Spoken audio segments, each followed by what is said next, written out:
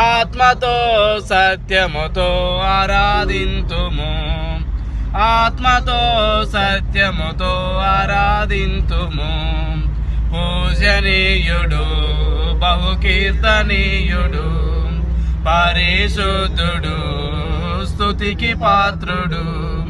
పూజనీయుడు బహుకీర్తనీయుడు పరిశుద్ధుడు స్తుతికి పాత్రుడు. ఆత్మాస్వరూపియగు యెహోవా దేవుని ఆత్మతో సత్యముతో ఆరాధింతుము, ఆత్మతో సత్యముతో ఆరాధింతుము. సర్వ సృష్టికి సొంతవాడాయనే,